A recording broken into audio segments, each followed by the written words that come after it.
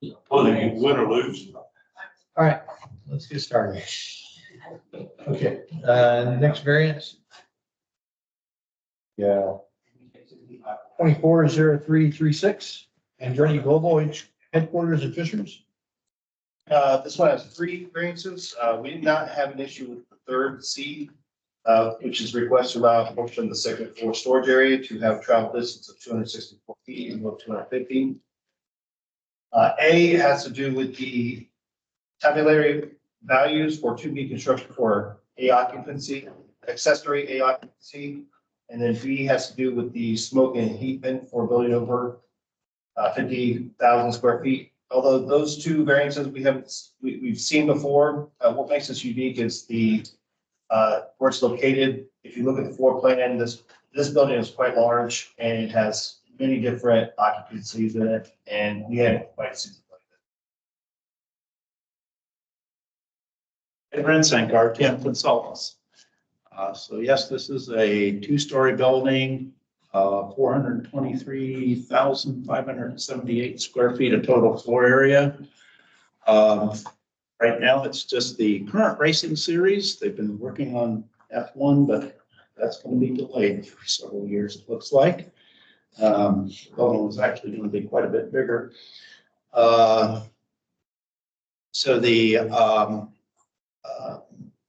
involves fabrication, storage, administrative functions, and then there are employee amenities. There's also a first floor lobby space that will have some exhibits in it that we've classified as an assembly occupancy. That's really the only space that would be open to the public in terms of people coming in and can just walk into. So it is a large building. We have a number of accessory assembly functions in the building, and that's the first variance request, is to allow greater than the permitted area of accessory A occupancy spaces. So if I've circled those on the exhibits, the exhibit drawing. So as you see, most of them are on the perimeter. And looking at this more, well, yes, so the code requirement is that it can't exceed 9,500 square feet, which is the tabular area for type 2B construction. You're not allowed the sprinkler increase when determining the size of accessory. If I could, then I wouldn't have a variance if I could use the sprinkler increase. But we're limited to just the tabular area. We've got about, let's see, 25,855 square feet on the first floor, second floor, 10,395 square feet. And looking at this again more closely, if we just look at the outboard one, so to speak, the cafeteria space on the right side of the plan that bumps out, and then that entry lobby exhibit space on the first floor, those, if it weren't for those 2 spaces, everything else would be within the 9,500 square feet, but those are pretty good sized spaces. For example, the cafeteria has just over 7,500 square feet on the first floor and about 5,800 square feet on the second floor. So it's a pretty big space. And then the exhibit space on the first floor is pretty significant size in terms of square footage. Each of those have direct exits to the outside, so they're not really in the middle of the building or mixed into the rest of the building. They do have exits directly to the exterior. The second floor spaces, we spend a lot of time developing we had several meetings to go over the egress scheme to get our travel distance down. We almost made it within 250 everywhere. We just had that one small area. We actually have 7 fire rated enclosed stairs and 4 exit access stairs that are unenclosed. Of the 7 enclosed stairs, 4 of them discharge directly to the outside as required. So we've got a pretty robust egress system. So the assembly occupancies, if you take away the cafeteria and the exhibit space, in terms of the rest of them are or like a break room, an auditorium space for, it's a meeting space basically. And then you have the employee fitness area, which has just over 50 people in it. So it's understandable in terms of the scale to have them this many. We do have direct exits to the exterior from, again, those two larger spaces on the first floor. We will have, building, of course, will be sprinklered throughout, a fire alarm system. There have been similar variances. The closest one that I can think of would be the Sweetwater facility up in Fort Wayne. We had very similar, except their assembly spaces were more for public use. So it was really much more of a mixed use building, but there were at least a couple of variances for what ended up originally starting as an unlimited area building, manufacturing, storage, and so forth, ended up being kind of more of a experience type space where they added a lot of assembly space. So that's the closest one I can think of. At least a couple of those past variances were for that facility. Here, the only space really like that is the exhibit space, lobby space, and that again has two exits directly to the exterior, and that's kind of off, it's sectioned off on its own functionally.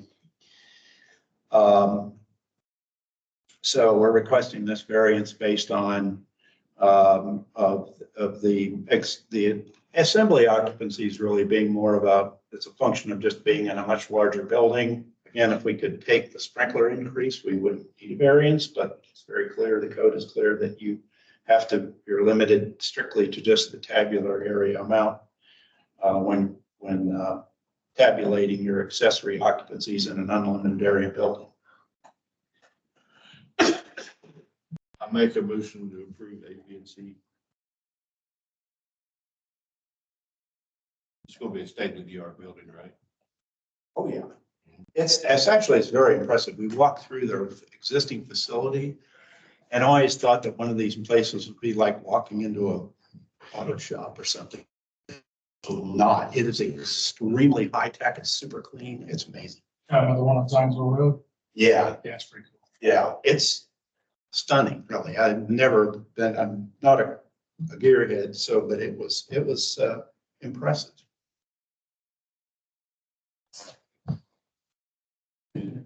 Yes. Mr. Davidson? Yes. Mr. Hyde? Yes. Chairman? Yes. Mr. Bentley? Yep. Mr. Averill? Yes. Vice Chairman? Yes. Yes. Mr. Wagner? Yes. Ms. Approved. Thank you very much. Appreciate it. Thank you. Next up, we have 240337 Nipro Farm Packaging Addition Investments. All right, Well, this deals with the addition, F2B occupancy of the allowed area for non-sprinkled building. We send this to you is because the addition is nearly 50,000 square feet. And it also looks like it goes on to two properties. We thought this would be best for you guys to discuss. Melissa Tupper, RTM Consultants. So the variance request is to permit the building to exceed allowable area for an F2B occupancy. There was a variance in 2B construction. There was a variance granted last year to permit the addition to the building to not be separated, provided the addition was sprinklered. So everything progressed based upon that. A few months ago, they found out that there was not adequate water supply to be able to supply a sprinkler system to the addition. So we are here to request a variance. The building is already under construction. They are going to separate the building from the existing building with a 2-hour firewall. We've got 60 feet open perimeter on 3 sides. The north side, we have approximately 50 feet. There will be a fire alarm system in existing building as well as in the addition. But based upon not being able to get water as originally planned, they've had to go back and now add in the firewall to the design, and we're still over allowable area. They use it's used to manufacture glass vials, so it's all, you know, it's a non-combustible process. And if we had 60 feet all around, an F2 occupancy wouldn't have a mandatory sprinkler requirement, nor would a B occupancy.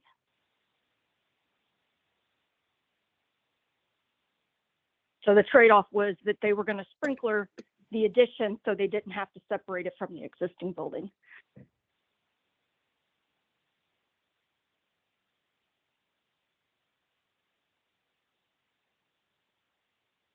What's the cost to get the water supply there? There's not, they can't, the people that can supply the water don't have adequate water to supply it. Their original plan was to get the water there, but they ran a flow test about a couple months ago, and with friction loss and everything, there wasn't enough to get enough water to supply a suppression system.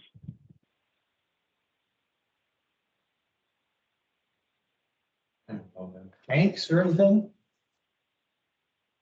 What? So are you have large enough tanks, or how much water do they actually need? That I don't know. Shane We have Miller a is on couple the call. factories in town that they are actually supplied by large silos almost of tank water. Yeah, so this Yeah. is Shane Miller. I'm the plant manager here at Nipro in Westport. So Melissa hit it dead on. So we have, right now we're supported by Westport Water, which is not large enough and capable to provide our normal usage as well as a suppression system. So we actually looked into running a new line from Decatur County Rural Water, which is about 1.2 miles away. The cost of that was going to be around $600,000. Once the flow tests were done, as she stated, the distance coming, because it actually supports a school in front of us, so the loss coming to us would be not even enough to run a suppression system. So we were going to use it just for suppression and then use Westport Water for our own normal water. So now they're doing flow tests with Westport Water, and the idea of a tank was also brought up, even though it's somewhat limited space with the expansion going on. But we don't think we have enough water to fill within the requirement of an 8-hour time frame with our normal usage.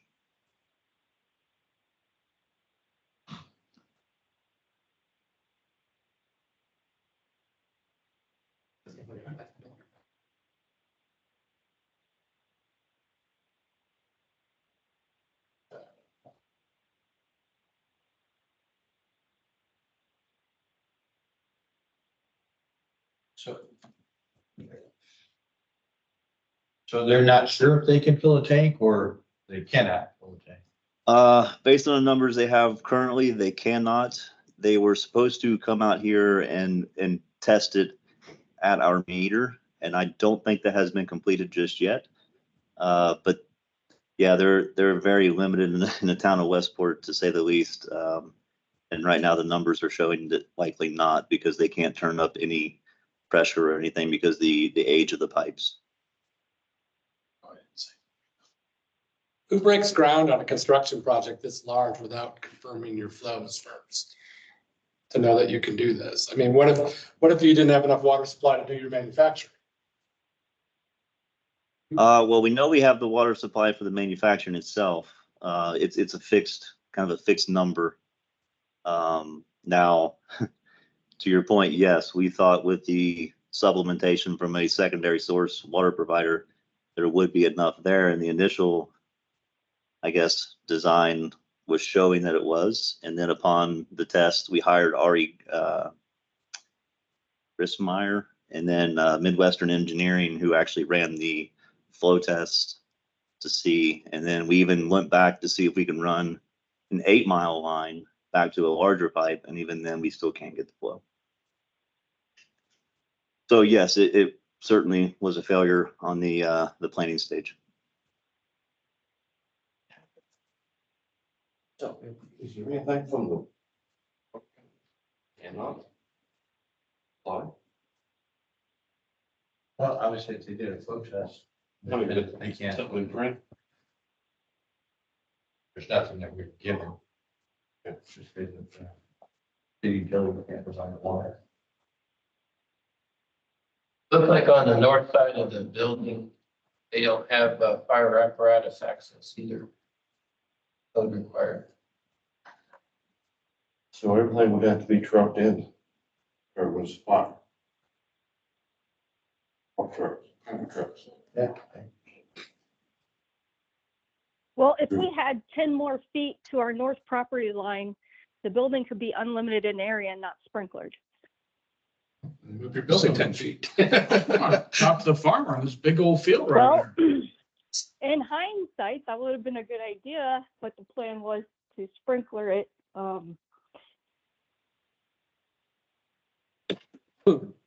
Might still be a good idea. It's our foundations are done, framing's up, roof is on.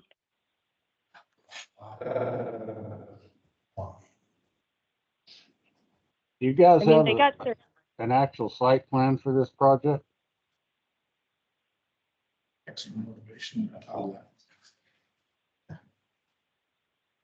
Do you But have you a just- site, do you have a site They plan just- for this project? Behind the wall, unless that's. Yes.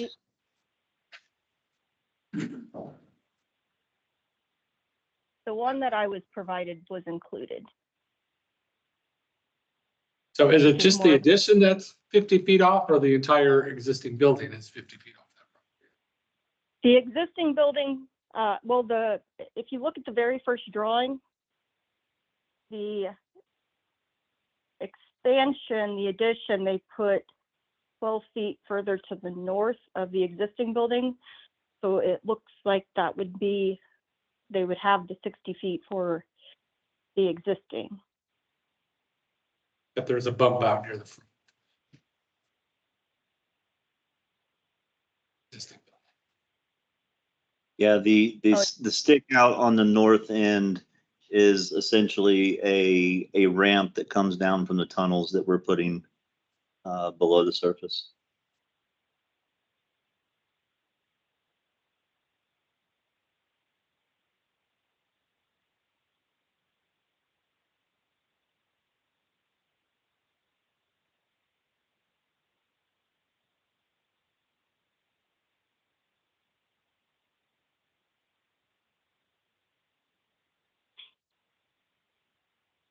I did try to see what the cost of a clean agent system, and it was approximately $6 million. So I did look it up.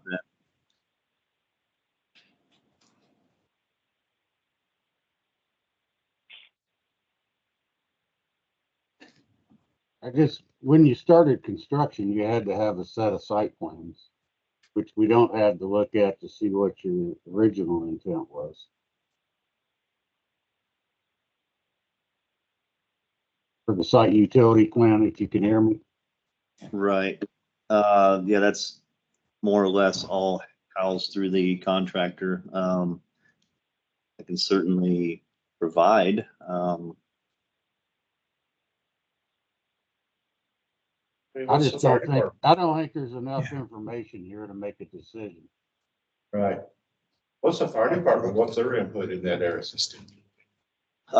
Great question. So I have met with Let's, which is probably the one that affects the most. And then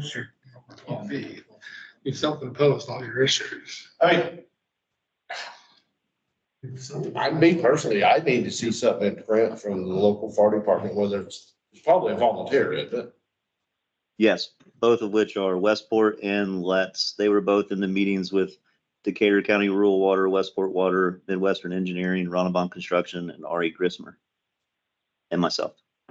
And Is there anything from the water company stating they can't give you what you need? I do have some emails, yes, along with the flow tests. And then we had a meeting on, sorry, bear with me just a second.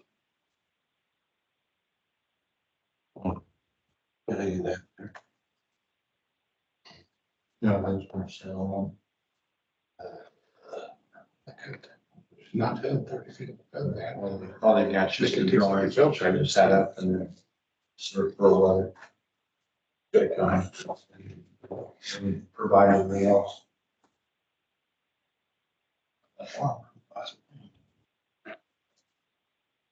So, yeah, I know, you know, your point, whose point was it, the drive, I think it was Alan. Was around there, yeah, but probably. I don't recall everything here, but I'm thinking it's probably the fact that it was fully sprinkled. Given some leeway to go, okay, you know. So you not have to drive all the way around if you're fully sprinkled. That's, yeah, I'm not sure it's required, but now. Yeah. Now it doesn't require. And the release showed that it was sprinkled. With the premise of enough water supply would be there. Correct. For the release. I mean, I'm like Dave, I don't have enough in front of me, to make a good decision.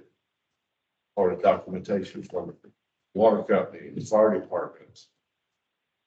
You know,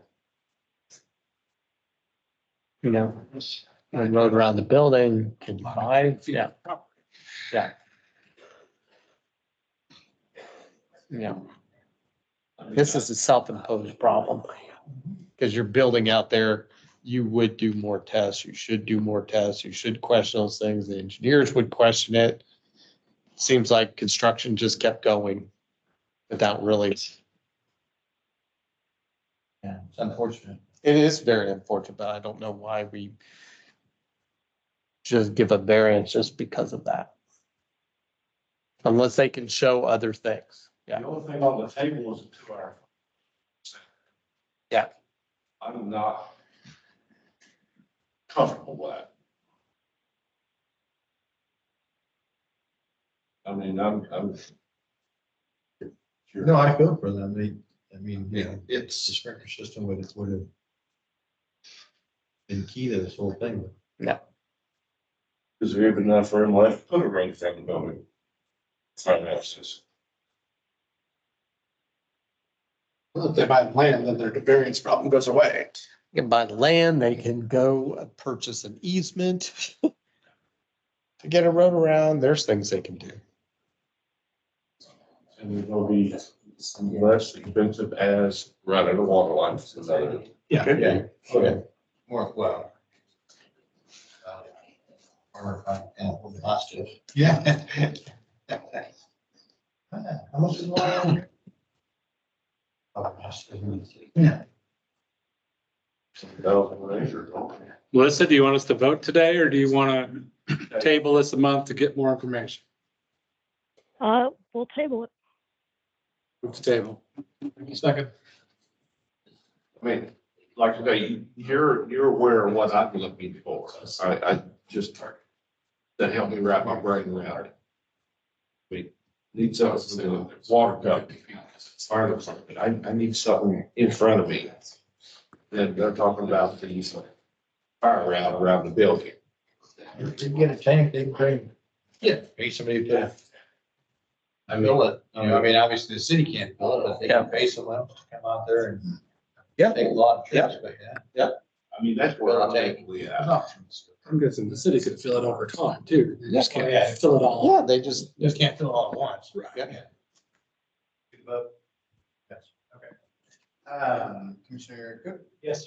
Commissioner Hatter, or Commissioner Davidson, sorry, Yes. Commissioner Height, Chairman, Yes. Commissioner Payne, Yes. Commissioner Panorama, Yes. Vice Chairman, Yes. Commissioner Ford, Yes, Commissioner White. Yes. It's tabled. All right, thank you. Right. believe it's 240339 Mark Fairmont. All right, this one's unique. So this is a request to not have a storm shelter provide a emergency escape and rescue opening. The reason why is because of this section, there's an exception for storm shelter, but it's over 200 square feet, which this is, and this is new. And this is the reason why they're coming here. And since we haven't seen this before, we thought you guys would be best discussed. All right, is there anybody online for Marva?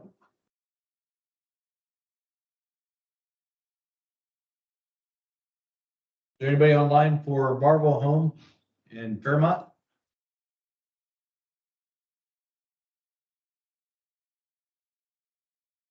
Hearing none? Move to table. Yep, second. Yes. Yes. Mr. Hack, Yes. Chairman, Yes. Mr. Panic, Yes. Yes. Vice Chairman, Yes. Mr. Porter. Yes. Yes. All right. No industrial cooling system renewals, and basically everything else on here is for information purposes only. So, does it want to file sign? Yes. Just, thank you, everybody. Different date. Next month, May 9th. May the ninth. That's can also do an email, CC Jim. Yep. And then North Carolina. Yeah. Why won't let me take it? All right, thank you. Can I get all my information off that? Let me check. Should, but I'm gonna double check.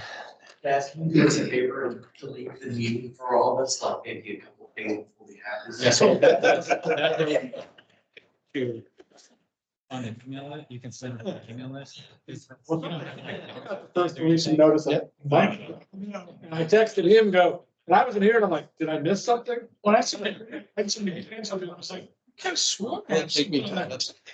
Well,